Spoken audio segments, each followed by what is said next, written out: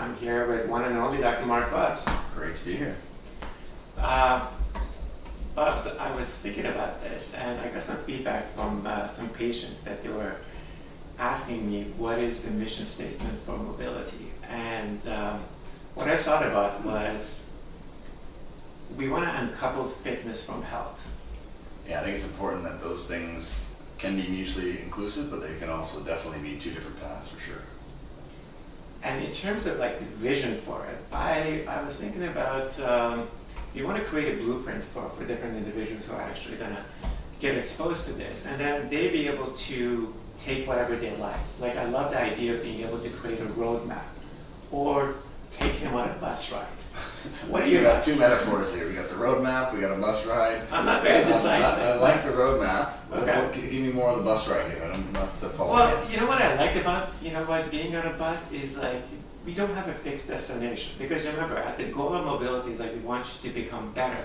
So, and I think that a lot of, the engagements that we have today is all about accomplishment, right? And we have to really perform. And I think what we're sharing is something different, right? So, and the fact that this bus is going to make a lot of stops, It's going to make a lot of stops. And there's some of the stuff is like, because we find it to be interesting and then we think are very important for patients, right? But some people might not agree with that, and that's okay, right? Yeah, I think that's a great point in terms of the experience itself. Like, it's about your experience within the realm of what we're going to provide. I think it will be a roadmap with a lot of bus stations along the way, because it will provide you that ability to just get in there, to play, to move, and then in the end you'll be able to have this framework for better health, and we'll be there along the way to guide you through and to coach you through. So basically, we got a roadmap, we got a blueprint, and we got a bus. So far we got those three things going. So now, for this episode, episode 2. Yes. Your baby girl is an inspiration, and because she's doing some amazing things, right? She's crawling and she's on a quadruped position. Tell me what you like about those two things. It's sort of blown me away in terms of the amounts of times that she will go from seated to side lying to on all fours to standing, to seated to side lying to all fours to standing. So over and over and over. You think, as we become adults, we lose this capacity to do all these things. We're always in one position. We might get a little bit of walking in, but most people actually opt out of a lot of movement, right? You go to the mall or the office building, escalators, elevators, where we're moving less and less. So this idea of let's get back to the root of how it all started, right? And then I think the fact is that she is all mobility now, and she's trying to gain some stability. She's definitely trying. And I think those are some of the struggles that we all deal with, especially as we go through different phases in our lives, right? Yeah. So I'm going to be your guinea pig, and you're going to demonstrate the quadruped, right? Yeah, so a nice movement that I'm sure a lot of people have already experienced. We're going to kind of walk you through it, just why it's important, and actually how you can take it out of the gym a little bit and use it just as something to play with, something you can do with your kids, if you're at the park, things that you can just, it doesn't have to be exercise gym style, right? Remember, a sense of play. Okay? Perfect, let's go. All right. Get yourself down there, and grab my dowel. So you're gonna go onto all fours. This is one of the reasons I'm not gonna stand next to this guy. He's gonna make me feel like Tom Cruise, all right? Okay. All right, so Mehran's down on all fours. He's got the knees directly under the hips. He's got the hands directly under the shoulders. That's really important. A lot of times people, when they do this position, their knees will be quite close together. They'll be more like a tripod rather than a tabletop.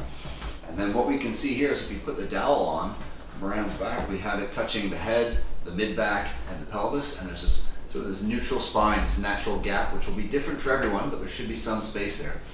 Now as Mehran moves out, he's going to go opposite arm and leg. Right, he's maintaining that natural angle, and we'll take that away, back down, go the opposite side. This is a great position to be in, even if you're having some back discomfort, some back pain. This is a great way to come on back down, to restore these natural sling patterns here, right, left to right, and glute and the lat from opposite sides that help to stabilize that low back. So you can even do, shorter ones in terms of the length of time. The more proficient you get at it, you can go out and hold it for longer. Anything you wanted to add in terms of the common mistakes or common Well, one of the things that I was going to sort of chime in is that remember at the core of mobility is you move better, you think better, you feel better, you become better. So one of the things that really irks me is like people chase the sensation of stretch. They always want to feel it in the right spot, right? Yeah. So one of the things that we want to be able to do is try to explore this concept of a deep embodiment, right? In terms of being aware of your breathing, in terms of what your joints and your tissues are doing, this sense of proprioception. Don't become so consumed by this idea, am I hitting the right muscle? Am I in the right joint or not, right? Getting fully stretched, full range of motion, always trying to achieve that end range of full motion, which is not always where we want to be. For a lot of people, if they're hypermobile, that'll actually be a dangerous place to be, right? And exactly, and I think the other thing is like I recently had a wrist injury. So based on your injury profile, you're going to feel it in different places. It's like I think a lot of times people just really rush through those awesome points, those sticky areas, right? So I think to me, it's just exploring that is going to be a great thing that people can really focus on. Yeah, and then once you start doing it a little bit, I mean, actually moving, well, going on all fours, crawling on all fours. You know, if you get your gardening pads out or your volleyball knee pads, or if you're in the park, or if you have kids or whatnot, I mean, just get moving on all fours and you'll be amazed at how therapeutic that is. I mean, I've had some clients with chronic back pain for multiple years, done all sorts of therapies, and something as little as having to move more because you're running after little ones and being on all fours has done the trick in terms of helping to accelerate that recovery process. So it's pretty cool how things that, you know, we always try to get to the most exotic thing. I know that's a big thing for you, that kind of shiny new toy idea. Exactly. And we always want to get into that most exotic exercise or new product, but you know, the fundamentals are really where it's at, right? And I think one of the things is that especially with this position, so let's say that if I'm typing a lot, it would be really great for me to also be able to really get some movement in terms of my wrist flexors, be able to, again, to prepare my joint and the tissue for that particular movement, and being able to focus on my breathing, because it's a great complex move that decompresses your spine, according to Professor McGill's work. And one of the things I like is like even being in that position and closing your eyes is going to really give you a different sense of your body and really activate some pathways that we don't tend to really utilize a lot.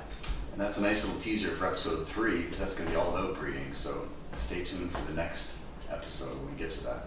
All right. So anything else you want to add on? I think that's, I mean, don't underestimate how powerful this can be. Again, if you are a gym goer, kind of throw it in there maybe at the start of your workout routine in terms of some of your mobility work. If you're, you know, like to go to yoga classes, etc., that's something that you can do at the start of yoga classes, because I know all of them can be very different and working on different movement poses, movements, etc. Or again, really try to incorporate it as play. You know, if you're at home relaxing, go around, crawl around the couch a few times, crawl after your friends. Yeah, I saw Dr. T in the park last week. And, you know, he was getting his coffee. He thought, you know, 50 yards, why not get down on all fours? See, that's the kind of commitment you need. And that's the other thing is that you can do this throughout the day, and you don't need to crush it all the time, right? Let's just like really